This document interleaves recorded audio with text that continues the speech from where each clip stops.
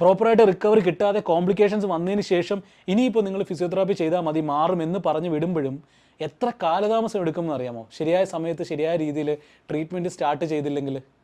ഇത് ഞാൻ മാത്രം ഡിറൈവ് ചെയ്തെടുത്ത വാക്കുകളൊന്നുമല്ല. നിങ്ങൾ നിങ്ങളുടെ ചുറ്റുപാടിലുള്ള ഏതെങ്കിലും ഒരു സീനിയർ ഫിസിയോതെറാപ്പിസ്റ്റിനെ കൺസൾട്ട് ചെയ്തിട്ട് ചോദിക്കുക. അവർക്ക് കൂടുതലും വന്നിരിക്കുന്നത് ലിഗമെൻറ്റ് സർജറിക്ക് ശേഷം കോംപ്ലിക്കേഷൻ ഉള്ള പേഷ്യൻസ് ആണോ അതോ കോംപ്ലിക്കേഷൻസ് ഒന്നും ഇല്ലാത്ത പേഷ്യൻ്റ് ആണോ എന്നുള്ളത് ചോദിക്കുക. അവർ പറയും നിങ്ങളോട് ഈ കഥ. പ്രോപ്പറായ സമയത്ത് ട്രീറ്റ്മെൻറ്റ് എടുക്കാത്തത് കാരണം കോംപ്ലിക്കേഷൻ വന്നിട്ട് കോംപ്ലിക്കേഷനെ ട്രീറ്റ് ചെയ്യാൻ വന്ന കുറേയധികം ആളുകളുടെ കഥ.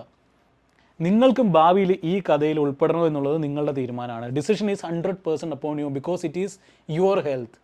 നിങ്ങളുടെ ഹെൽത്തിൽ നിങ്ങൾക്ക് മാത്രമേ ഇൻവെസ്റ്റ് ചെയ്യാൻ സാധിക്കുകയുള്ളൂ. വേറെ ആരെങ്കിലും നിങ്ങളുടെ ഹെൽത്തിൽ ഇൻവെസ്റ്റ് ചെയ്യുമെന്നും നിങ്ങളുടെ ആരോഗ്യം മറ്റാരെങ്കിലും കാത്തു സൂക്ഷിക്കുമെന്നും വിചാരിച്ചാൽ തെറ്റി. നിങ്ങളെടുക്കുന്ന ഓരോ തീരുമാനത്തിലുമാണ് നിങ്ങളുടെ ആരോഗ്യം ഒളിഞ്ഞിരിക്കുന്നത്.